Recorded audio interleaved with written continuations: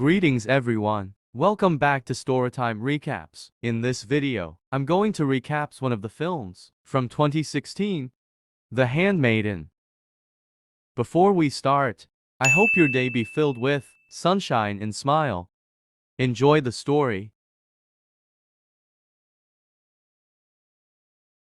The film opens with a local Korean woman named Suk-hee getting ready to leave her home and move into the estate of a Japanese heiress named Lady Hideko. The story takes place in Korea in the 1930s, just before World War II. She arrives at the expansive estate in the rural area. She is greeted and given a tour of the grounds by a woman. It is informed to Suki that since she is the handmaiden of the lady of the house, she will not sleep in the servants' quarters. She addresses Suki as Tamako, informing her that the woman is frequently entrusted with reading to the master, her uncle, and that he enjoys literature. The lady then shows Suki her room, which is directly across from her bedroom. Suki wakes up later in the night to hear Lady Hideko screaming. She bolts into her bedroom to give her comfort. Hideko tells Suki that she had a nightmare in which her aunt had hung herself from the large cherry tree, and that her aunt's ghost still dangles from the branch on moonless nights. As Suki soothes the lady with songs and sake, she demonstrates her worth as a handmaiden. She is astounded by Lady Hideko's beauty. Although Suki presents her with a letter of recommendation from the previous employer, it is actually a fake written by the man posing as Count Fujiwara. Suki is illiterate in Japanese, so he wrote it in that language. Lady Hideko asks Suki to read it, saying she's got a headache from all the reading she's had to do for her uncle. Suki finds it difficult to recall, saying it makes her sound like a spoon before eventually acknowledging that she is illiterate and cannot even read Korean. Lady Hideko stated that while she doesn't mind if Suki steals or swears, she will never tolerate being misled. In an attempt to sow the seeds of a relationship, Suki tells her that she heard the Count mention that he dreams of her face in bed. Lady Hideko departs to go to her alone reading practice. When the woman is locked up, Suki goes through every dress to see what she will inherit. She discovers Benoit balls and a rope within a hat box. Stepping outside, Suki looks up at the cherry tree where the lady's aunt is rumored to have hanged herself. Lady Hideko and her uncle are found reading in the library by Suki. When she attempts to get closer, she is warned not to go past the snake. She's locked out, a gate rolled shut. On the ground, she spots a statue of a snake. Retreating to her chamber, Suki gives Lady Hideko a bath and presents her with a lollipops, which she claims she utilized on kids to help them associate bath time with pleasure. Lady Hideko laments the sharpness of one of her teeth. Taking a thimble, Suki starts to shave it down. While this is happening, the two are exchanging sexual energy.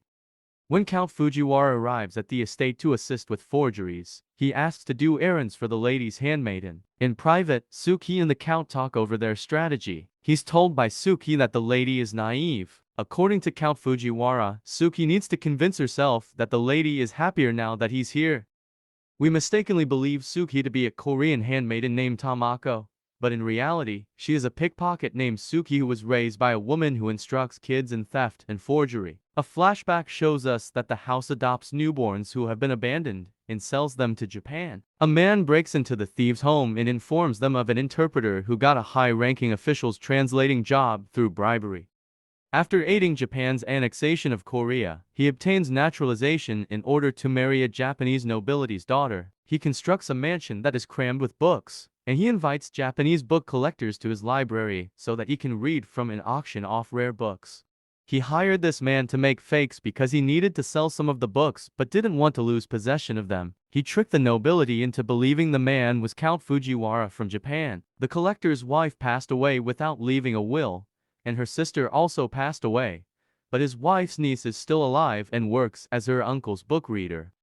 This woman, who is now an orphan, is wealthy. She possesses 300,000 yen in bonds and 1.5 million yen in cash. The man who goes by the name Count Fujiwara intends to woo her, marry her, and then declare her insane so that he can take her money and live in a madhouse. In order for Suki to convince her to fall in love, he wants her to serve as her handmaiden. If Suki can persuade her to wed the Count, he will give her 50,000 yen along with the dresses and jewelry. Her uncle also wants to marry her for her money. 100,000 yen is what Suki demands. In addition, he gives her a gift to send. When the lady is taken to the madhouse, Suki will have them all to herself. Additionally, she persuades Lady Hideko that the earrings are made of spinel. Suki never gets to dress up before, so Lady Hideko makes the arrangements. The sapphire earrings complete the ensemble. They dress up in a very sensual way and button each other. Lady Hideko is asked by Suki if she intends to wed her uncle. Hideko notes that he brought her up with the understanding that he would eventually require access to her finances. He eventually won't be able to afford to buy any more books, so he will auction off his entire collection. The Count makes an effort to flirt with Lady Hideko while they are painting. Saying that a peach is ripe, he gives Suki the go-ahead to start convincing the lady that she is falling for the Count. When the Count shows up, he takes the lady away and sends Suki on errands so that they can spend time alone. Suki rushes to gather things because she doesn't want to leave Lady Hideko with the Count. However, when she comes back, she witnesses the clothed lady mounting the clothed Count, which greatly infuriates her.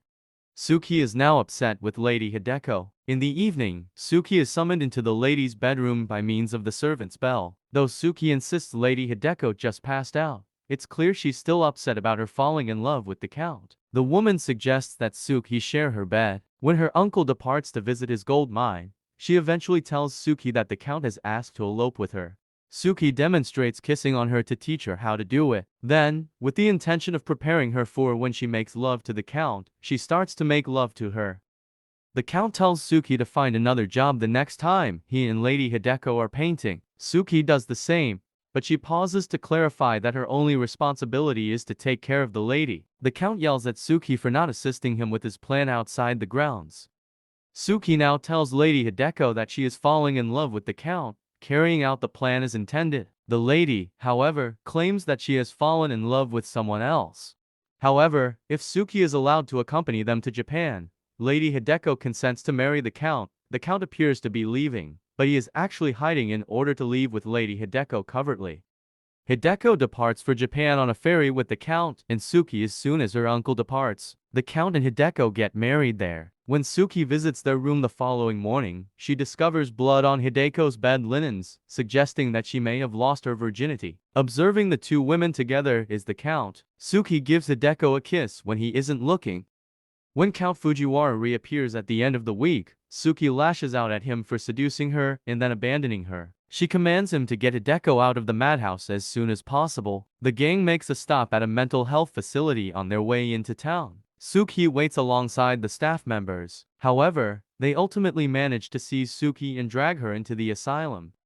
They have the wrong woman, she says. She is not the Countess. When Suki is in trouble, neither the Count nor Hideko offer any assistance.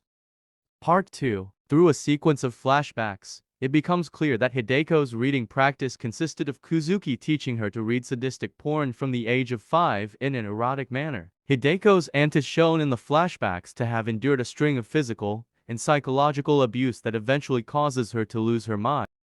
When she is finally discovered hanging from a tree in the yard, Hideko steps in to read the auctions. Kuzuki explains to Hideko that he killed her aunt in the basement using torture devices after she tried to flee when she questions the description of hanging in a book she has to read. In a more recent past, the Count decides that it would be impossible to seduce Hideko, so instead, he plans to elope with her and divide her inheritance. When Hideko tells the Count that she is afraid of her uncle, the Count offers her a vial of opium as a wedding present so that she can end her life and never be brought to the basement. Hideko requests that the Count locate a girl to hire as a maid and send to an asylum in her stead. As the Count instructs Suki, taking advantage of her lack of literacy, Hideko finds himself enamored with her without warning. Hideko tries to confess her love, but she throws Suki out of the bedroom and tries to hang herself when she says the marriage should proceed. Once Suki saves her, they both acknowledge their schemes.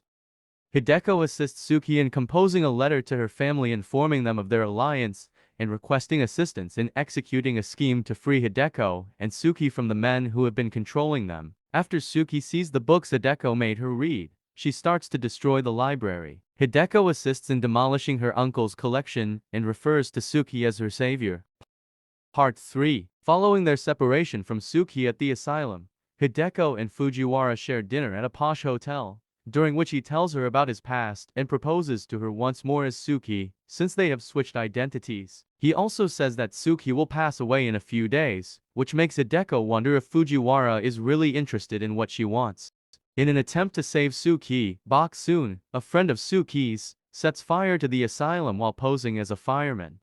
Fujiwara tries to rape Hideko under the guise of reliving their wedding night, but he passes out after consuming wine that Hideko had previously dosed with drops from the opium vial.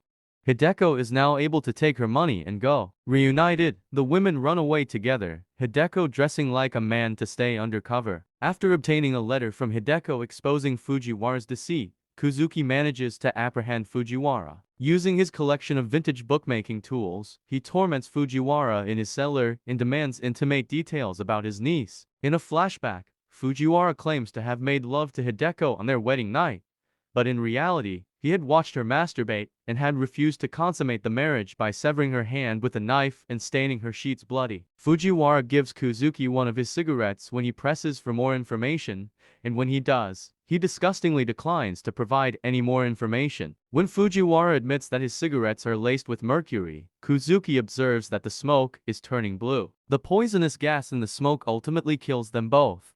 Suki and Hideko celebrate their newfound freedom by having another sexual encounter while traveling by ferry to Shanghai, China.